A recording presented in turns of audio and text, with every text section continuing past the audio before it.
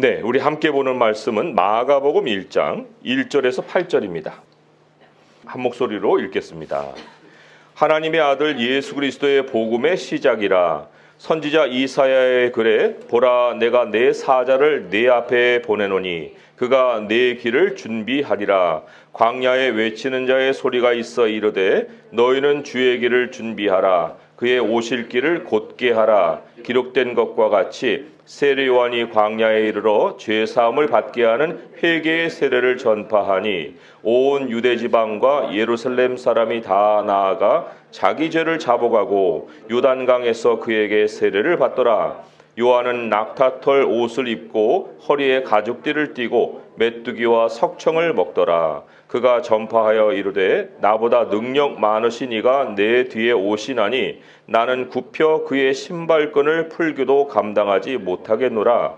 나는 너희에게 물로 세례를 베풀었거니와 그는 너희에게 성령으로 세례를 베푸시리라. 아멘. 마가복음은 복음의 시작이라 아주 단도직입적으로 선포를 하고 복음서를 기록해 내려가고 있어요. 복음의 시작이다라는 것은 복음은 이렇게 시작되었다라는 의미예요. 자, 누구의 복음이에요? 예수 그리스도의 복음이라고 그랬죠. 예수 그리스도에 관한 좋은 소식이다라는 뜻이에요. 그러니까 복음의 주제는 예수 그리스도이십니다. 그런데 그 예수님이 누구시라고 했어요? 처음에 하나님의 아들이라고 했죠. 하나님의 아들. 이 하나님의 아들이 복음의 핵심 내용이에요. 예수님은 하나님의 아들이시다라는 거죠. 자, 사복음서에서도 동일하게 예수님을 하나님의 아들로 이제 소개를 하고 있습니다. 그런데 놀라운 것은 복음이 완성되는 그러니까 하늘의 그 현실을 성경은 또한 기록을 하고 있는데 그 하늘의 현실에서는 예수님이 하나님이세요. 복음의 시작은 하나님의 아들인데 복음의 완성을 보니까 영광 중에 드러난 예수님이 하나님으로 소개가 되고 있다는 거예요. 한 두 구절만 소개를 해드릴까요? 디도서 2장 13절 말씀 제가 찾아서 읽어드릴게요. 디도서 2장 13절에 복스러운 소망과 우리의 크신 하나님 구주 예수 그리스도의 영광이 나타나심을 기다리게 하셨느니라. 자, 예수님의 영광이 나타난다는 건 재림하시는 예수님인데 그러면 재림하시는 예수님이 하나님의 아들로 알고 있었는데 여기는 뭐라고 해요? 복스러운 소망과 우리의 크신 하나님 구주 예수 그리스도의 영광이 나타나심을 기다리게 하셨다. 우리 어린이 성경 요한 1서 5장 20절 말씀 그것도 과정을 얘기하는 거거든요. 그런데 처음에는 하나님의 아들이에요. 근데 마지막은 어떨까요? 요한 1서 5장 20절 말씀 다시 한번 읽어볼까요? 다 찾아서 한번 읽어보죠. 요한 1서 5장 20절 말씀에 이렇게 기록이 되어 있어요. 그것은 하나님이 자신을 드러내시는 단계를 보여주는 건데 자, 처음에는 무엇이고 나중에는 무엇일까라는 걸 좀 우리가 주목하면서 요한 1서 5장 20절 같이 읽어볼게요. 시작. 또 아는 것은 하나님의 아들이 이르러 우리에게 지각을 주사 우리로 참된 자를 알게 하신 것과 또한 우리가 참된 자 곧 그의 아들 예수 그리스도 안에 있는 것이니 그는 참 하나님이시요 영생이시라. 이르실 때는 하나님의 아들이셨어요. 그런데 마지막에 영생과 연결되어 있는 그 예수님을 보니까 그는 참 하나님이시다. 참 하나님이시다. 이렇게 소개를 하죠. 자, 그럼 무슨 차이가 있을까요? 하나님의 아들과 하나님으로 소개하시는 이러한 그 두 개의 차이가 왜 있는 걸까요? 그 이유를 오늘 우리가 살펴볼 겁니다. 복음이 이제 시작이 됐어요. 이게 복음이요 하고 이제 예수 그리스도에 관한 이야기를 했습니다. 자, 그 복음을 듣는 우리는 육체예요. 모든 사람은 육체로 존재하잖아요. 지금 우리도 마찬가지고 모든 복음을 듣는 사람들은 다 육체로서 복음의 시작을 접합니다. 자, 그런데 복음의 마지막에서 우리는 하나님의 백성은 어떻게 변화할까요? 영의 신령한 몸을 입고 영생하는 존재로 바뀌어요. 시작은 육체지만 우리의 마지막은 육체가 아니에요. 우리의 마지막은 변화된 몸을 가지고 영원한 생명을 누리는 신령한 사람들이 되는 거예요. 우리가 이제 처음에는 하나님을 부분으로 알았지만 그때 가면은 하나님을 부분으로 알지 않습니다. 그게 고린도전서의 말씀의 선포죠. 고린도전서 13장 말씀 제가 한 구절 읽어드리면 12절 말씀. 우리가 지금은 거울로 보는 것 같이 희미하나 그때는 얼굴과 얼굴을 대하여 볼 것이요 지금은 내가 부분적으로 하나 그때는 주께서 나를 아는 것 같이 내가 온전히 알리라. 뭘 안다는 거예요? 주님을 안다는 거예요. 주께서 나를 아신 것 같이 나도 온전히 주님을 알 것이다. 이게 예수님의 기도의 응답이에요. 예수님이 이제 십자가를 향해서 걸어가실 때 요한복음 17장에 보면 예수님이 길가에서 드리신 기도의 내용이 굉장히 자세하게 나오거든요. 거기서 예수님이 17장 24절에 이런 기도를 드렸어요. 아버지여 내게 주신 자도 나 있는 곳에 나와 함께 있어 아버지께서 창세전부터 나를 사랑하심으로 내게 주신 나의 영광을 그들로 보게 하시기를 원하옵나이다. 예수님의 모든 모습, 예수님의 영광을 그들도 보게 하시길 원합니다. 라고 기도를 했는데 그 기도의 내용이 고린도서 13장 사랑의 마지막 결론이잖아요. 주가 나를 온전히 아신 것 같이 우리도 그를 온전히 알게 될 것이다. 예수님의 기도 응답입니다. 그런데 시작은 어떻다고 그랬어요? 시작은 우리가 육체라고 그랬어요. 우리는 육체로 시작합니다. 우리는 영의 현실을 모르는 채로 사는 거예요. 살아왔어요. 우리 하나님의 백성은 과거를 생각할 때. 그러나 지금의 사람들은 아직도 그 영의 현실을 모르고 육체만 알고 살고 있어요. 그런데 하나님은 영이시잖아요. 우리가 육체였을 때라면 되돌아가 봤을 때 하나님은 영이시고 우리 육체니까 육체와 영이 서로 교류를 할 수가 없어요. 우리가 하나님에 대하여서 알 수가 없었다는 거예요. 아담은 물론 아니었겠죠. 그렇지만 아담이 죄를 짓고 쫓겨난 다음에 하나님의 영이 그 아담에게서 분리가 됐잖아요. 그런 이후로는 아담은 육체로 존재를 했고 그 육체에서 나온 존재들이 바로 우리들이기 때문에 하나님을 향해서 우리가 교통하지 못하는 존재였다는 거예요. 그러면 육체인 우리가 영이신 하나님과 교통할 수 있는 유일한 길이 뭘까요? 그거는 영이신 하나님이 육체로 우리를 찾아오시는 거예요. 그 길밖에 없어요. 우리는 불가능해요. 아예 생각을 못해요. 생각하지도 않고. 그래서 구약에서는 하나님이 어떻게 했어요? 여호와의 사자로 나타나셨다고요. 여호와의 사자. 그게 천사죠. 천사에게 하나님이 사람의 모양을 입혀서 사람들에게 보내셨어요. 그리고 주님의 메시지를 전하게 하셨죠. 그렇지만 그것은 특별한 때 하시는 일이지 전 인류를 상대로 그렇게 하십니까? 그렇게 하지 않으시죠. 매우 국지적인 사건이기 때문에 그 하나님이 결국에 모든 사람에게 하나님의 영광을 나타내기 위해서는 하나님이 직접 육체를 입고 오시는 길밖에는 없었다는 거예요. 우리의 육체로 할 수 없는 모든 일을 하나님이 이루시고 그리고 그 이루신 모든 일을 우리에게 선물로 주셔서 은혜로 주시는 거예요. 우리가 할 수 없으니까 하나님이 우리의 육체로 할 수 없는 모든 일을 이루시고 그 이루신 모든 일을 우리에게 선물로 주셔서 우리도 하나님과 같이 온전해지는 길을 여신 거예요. 그게 하나님이 우리에게 나타나실 때 하나님의 아들로 나타나신 이유입니다. 하나님의 아들. 이 아들이라는 것에는 육체라는 개념이 아주 강조가 되어 있는 거예요. 하나님의 아들. 육체가 되신 하나님. 로마서 9장 5절에도 아주 분명하게 그 말씀을 우리에게 전달해 주고 있는데 로마서 9장 5절 말씀도 굉장히 중요하니까 같이 한번 또 읽어볼게요. 그가 본래는 누구신데 우리에게 찾아오실 때는 어떤 모습이었는가 하는 것을 로마서 9장 5절의 말씀이 잘 말씀해 주고 있어요. 같이 한번 또 읽어볼게요. 신약성경 251쪽에 있죠. 같이 읽어볼게요. 시작. 조상들도 그들의 것이요 육신으로 하면 그리스도가 그들에게서 나셨으니 그는 만물 위에 계셔서 세세의 찬양을 받으실 하나님이시니라. 아멘. 하나님이세요. 본래가. 그런데 시작을 어떻게 하셨어요? 육신으로 그리스도가 유대인들을 통해서 나셨다는 거예요. 그럴 수밖에 없으신 거예요. 우리가 육체였기 때문에. 그러나 우리가 잊지 말아야 될 그 사실은 바로 그분은 하나님이시다. 복음의 마침에는 예수님은 하나님이시다라는 진리가 있다는 거예요.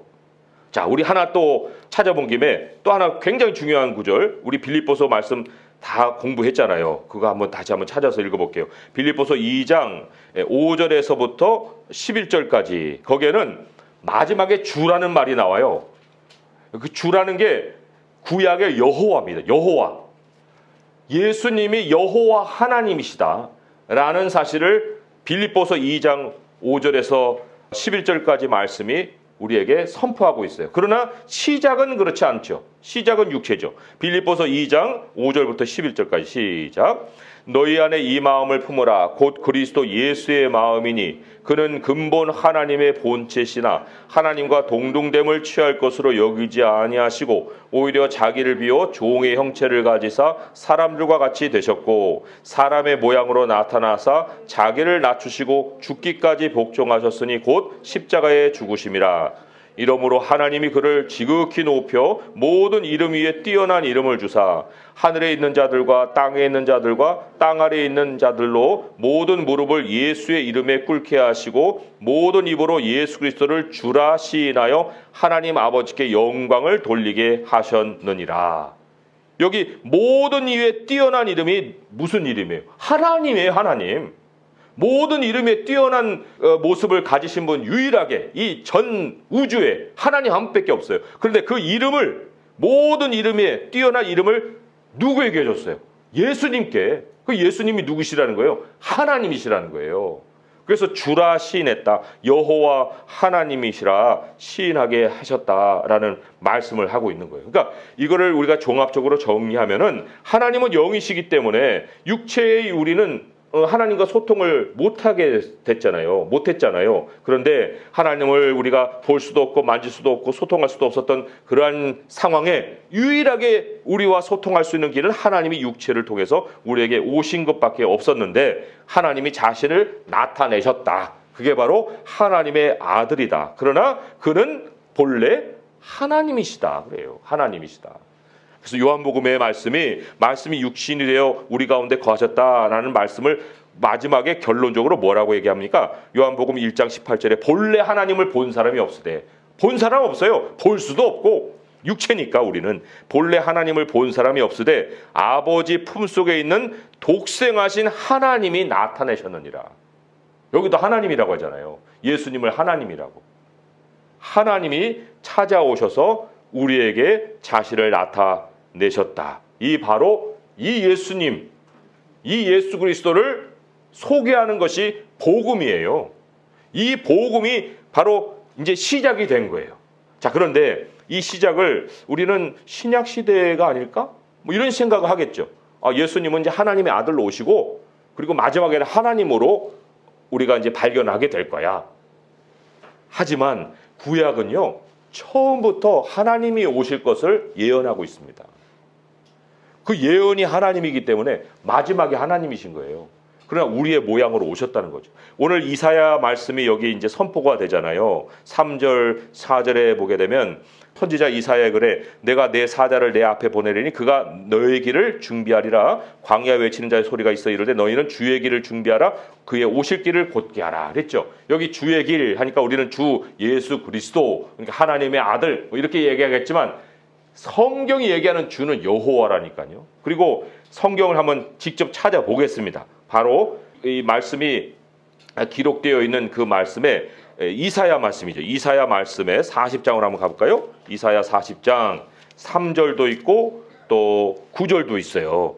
3절도 있고 9절도 있는데 자, 거기에 누구의 길을 예비하라 했는가? 누구를 보겠다고 한 것인가? 그게 아주 분명하게 기록이 되어 있다는 거예요. 이사야 40장 3절 말씀부터 한번 읽어볼게요. 3절 9절인데 3절부터 읽어보겠습니다. 시작. 외치는 자의 소리여 이르되 너희는 광야에서 여호와의 길을 예비하라. 사막에서 우리 하나님의 대로를 평탄케 하라 그랬어요. 여기 여호와 하나님 나오죠? 9절의 말씀 보겠습니다. 이게 복음인데 아름다운 소식은 복음이에요. 시작. 아름다운 소식을 시온에 전하는 자여 너는 높은 산에 오르라. 아름다운 소식을 예루살렘에 전하는 자여 너는 힘써 소리를 높이라. 두려워하지 말고 소리를 높여 유다의 성읍들에게 이르기를 너희의 누구요? 하나님을 보라 하라. 하나님을 보라 하라. 복음의 선포는 선지자로부터 시작을 했고 하나님이 우리에게 오실 것이다 라는 소식을 전파하고 있었다는 거죠. 그리고 이사야 52장 이제 7절로 가보시면 그거는 복음의 완성을 얘기하는 거예요. 복음의 완성, 이사야 52장 7절의 말씀. 네, 그 말씀도 굉장히 중요한데 여기도 복음이 나옵니다. 거기에는 완성된 그 현실 안에 누가 통치하신다고 하고 있는가 한번 보겠어요. 52장 7절 시작. 좋은 소식을 전하며 평화를 공포하며 복된 좋은 소식을 가져오며 구원을 공포하며 시온을 향하여 이르기를 내 하나님이 통치하신다 하는 자의 산을 넘는 발이 어찌 그리 아름다운가. 복음의 완성이죠. 하나님이 다스리시는 하나님의 나라, 천국을 여기서 복음으로 사람들에게 선포하고 있습니다. 우리가 이 복음을 들었다는 거예요. 그러나 복음을 들었을 때에 만난 예수님은 육체로 찾아오신 하나님이시잖아요. 그러니까 사람들이 그 예수님에 대해서 멸시하고 경멸하고 당신이 뭔 하나님이냐, 하나님에 대해서 참담한 얘기를 한다. 자기들은 하나님께 나아가지도 못하면서 하나님이 그래서 우리의 수준이 돼서 찾아오셨는데 그런데 그 하나님을 배격하고 십자가에 못을 박았잖아요. 우리의 무지로 인해서. 그러나 지금은 우리가 무지하지 않죠. 하나님이 우리를 찾아오셨지. 우리 하나님이 우리에게 이제는 영원히 함께 하시지. 이런 걸 우리는 아는데 그런데 여전히 사람들은 그거에 대한 사실을 받아들이지 못하고 있는 거예요. 그래서 육체인 사람이 하나님을 만나기 위해서 밟아야 될 첫 단계가 뭡니까? 오늘 마가복음에 그게 나와요. 그게 바로 3절, 4절의 회개라는 거예요. 회개. 그죠? 4절 말씀. 세례요한이 광야에 이르러 죄 사함을 받게 하는 회개의 세례를 전파하니. 죄라는 건 하나님과 끊어진 육체만의 존재로 살아가는 모든 현실인데 죄 사함이라는 것은 그게 없어진다는 거예요. 그 현실이 끝난다는 거예요. 누구에게로? 회개하는 사람에게 하나님께로 돌아오는 거예요. 회개가. 어려운 게 아니라 하나님 하고 고개를 딱 돌리면 그게 회개인 거예요. 하나님이 계시네? 고개를 돌리면 그게 회개인 거예요. 무슨 회개의 정도, 무슨 눈물을 바가지로 흘려야 되느냐, 양동이로 흘려야 되느냐, 그게 문제가 아니고 하나님께 방향을 돌리는 거예요. 그게 바로 회개입니다. 그때 하나님이 우리에게 죄의 사함을 주시는 거예요. 그거를 이제 우리는 내가 하나님께 돌이켰어요 라는 표시로 이제 세례를 주는 거지, 세례 자체에 어떤 큰 의미는 우리가 부여할 수가 없어요. 그러나 하나님은 분명히 우리가 바로 하나님께 돌아온 자다라는 것을 알려주기 위해서 이제 세례의 예식을 베풀어 주시죠. 자, 이 죄사함이 가져오는 엄청난 선물이 뭘까요? 죄사함이 하나님, 물론 하나님 하는 것도 하나님이 우리에게 은혜를 주셔서 하는 거지 사람이 먼저 못해요. 그런데 이 죄사함을 우리가 받았을 때 죄사함이 가져다 주는 엄청난 선물, 아까 우리가 서론에서 말했잖아요. 예수님이 육체로 이루신 모든 것이 우리에게 선물로 주어진다고요. 예수님이 십자가에서 이루신 모든 일, 우리가 할 수 없는, 육체이기 때문에 너무나도 미약한 우리들이 아무것도 할 수 없었던 모든 것을 예수님이 다 이루심으로 인해서 죄사함을 통해서 그것이 우리에게 은혜로, 선물로 우리 것이 된다는 거예요. 그게 우리 주님이 육체로 오셔서 하나님의 아들로서 우리에게 주신 최고의 선물이죠. 그 결과가 뭘까요? 우리가 영의 현실에 참여한다는 거예요. 영의 현실에, 전에 못했던 건데 이제는 영의 현실에 참여할 뿐만 아니라 영원히 영적인 존재로, 신령한 존재로 우리가 살아가게 된다는 것이 우리 주님이 우리에게 전해주신 복음이에요. 그리고 그 말만인가요? 하나님은 말씀만 하시고 끝나는 거예요? 아니에요. 예수님은 나의 말이 사실이다. 너는 영의 존재가 되었어. 너는 이제 신령한 자야.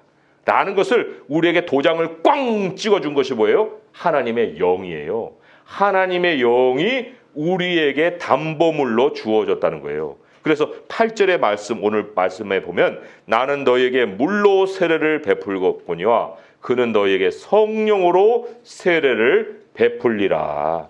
이 성령이 우리가 이 마가복음 안에서 뭐 신약 성경 안에서 성령 하니까 성령은 신약 시대에 오신 그 영으로만 우리가 생각하겠지만 아니에요. 성령은 창조 때부터 역사하신 영이에요. 하나님이 우리와 함께 하시는 일이 그 창조 때부터 함께 하셨는데, 근데 사람의 죄가 그 하나님의 영과 분리되어 있었지만, 그런 하나님의 영은 계속해서 역사하셨고, 그리고 하나님은 선지자를 통해서 내가 너희에게 영을 주리라 라는 복음을 하나님이 오시리라는 것과 함께 선포를 하셨어요. 그것도 한번 찾아볼까요? 이사야 32장 15절의 말씀. 이사야의 말씀이 참 대단한 말씀이에요. 대단한 말씀이에요. 이 이사야가 모든 선지자보다 이 엘리야나 뭐 이런 선지자들은 이제 기록을 안 한 선지자들이고, 또 그러한 선지자들은 굉장히 고대의 선지자지만 어쨌든 이사야만큼의 고대의 선지자가 없거든요. 그런데 이사야 32장 15절의 말씀에 이미 영을 우리에게 예언하고 있다는 거예요. 이사야 32장 15절 말씀 같이 한번 읽어볼게요. 시작. 마침내 위에서부터 영을 우리에게 부어 주시리니 광야가 아름다운 밭이 되며 아름다운 밭을 숲으로 여기게 되리라. 이게 육체의 현실이 영으로 바뀔 것이다. 이거를 선포한 거예요.